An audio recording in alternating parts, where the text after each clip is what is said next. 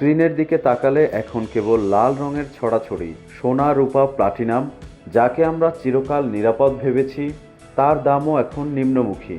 এমনকি কপার থেকে energy sector, সব যেন এক গভীর খাদের কিনারায় দাঁড়িয়ে। যারা শেয়ার বাজারে বিনিয়োগ করেন তাদের জন্য সময়টা আতঙ্কের।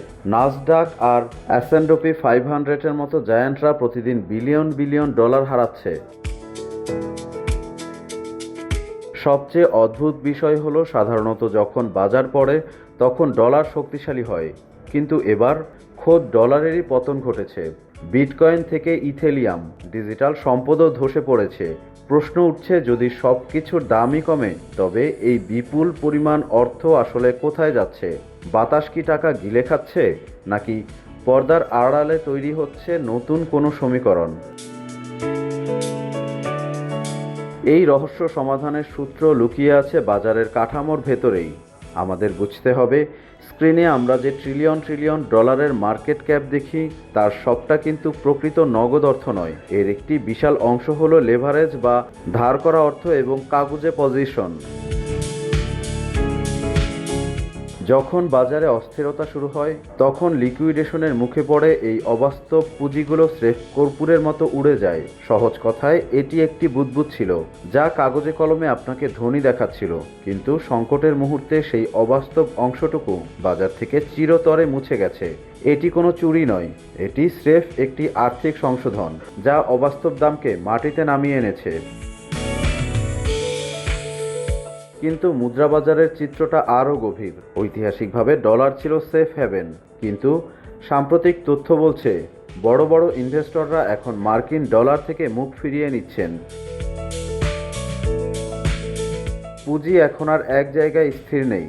জাপানি ইয়েন এবং ইউরোর মতো কারেন্সিগুলো ধীরে ধীরে শক্তিশালী হয়ে উঠছে। ডলারের একাধিপত্য কমিয়ে বড় বড় দেশগুলো এবং বিনিয়োগকারীরা এখন বিকল্প মুদ্রার দিকে ধাবিত হচ্ছে। বিশ্ব অর্থনীতি কি তবে তার কেন্দ্রবিন্দু পরিবর্তন করছে? এই ক্যাপিটাল শিফট বা পুঁজির স্থানান্তরের সংকেত আমাদের বলছে, পুরনো অর্থনৈতিক অর্ডারটি সম্ভবত ভেঙে পড়ার মুখে।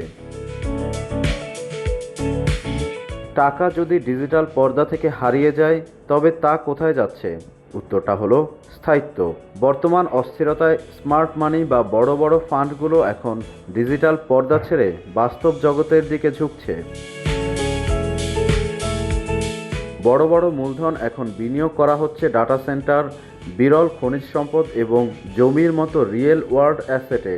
এমনকি ভবিষ্যতের কথা মাথায় রেখে শক্তিশালী অবকাঠামো নির্মাণে বিপুল অর্থ ঢালা হচ্ছে। মানুষ এখন বুঝতে পারছে, একটা সার্ভার ডাউন হলে বা ইকোনমি ক্র্যাশ করলে ডিজিটাল মানি শূন্য হয়ে যেতে পারে, কিন্তু ফিজিক্যাল গোল্ড বা হাতের নিচের জমিটি থেকে যাবে। মানুষ এখন আর মুনাফা নয়, বরং স্থায়িত্ব বা সার্ভাইভাল খুঁজছে। গ্লোবাল ইকোনমির এই অস্বাভাবিক আচরণ ইঙ্গিত দিচ্ছে যে তলে তলে বড় কোনো রিসেট বা পুনর্গঠন হতে যাচ্ছে। আমরা কি এক বিশাল বুদবুদ বিস্ফোরণের সাক্ষী হচ্ছি? পেপার মানি বা ডিজিটাল কারেন্সির একচ্ছত্র আধিপত্যের যুগ কি তবে শেষের পথে? এই পতনগুলো কেবল পরিসংখ্যান নয়, এগুলো আমাদের সতর্কবাণী দিচ্ছে।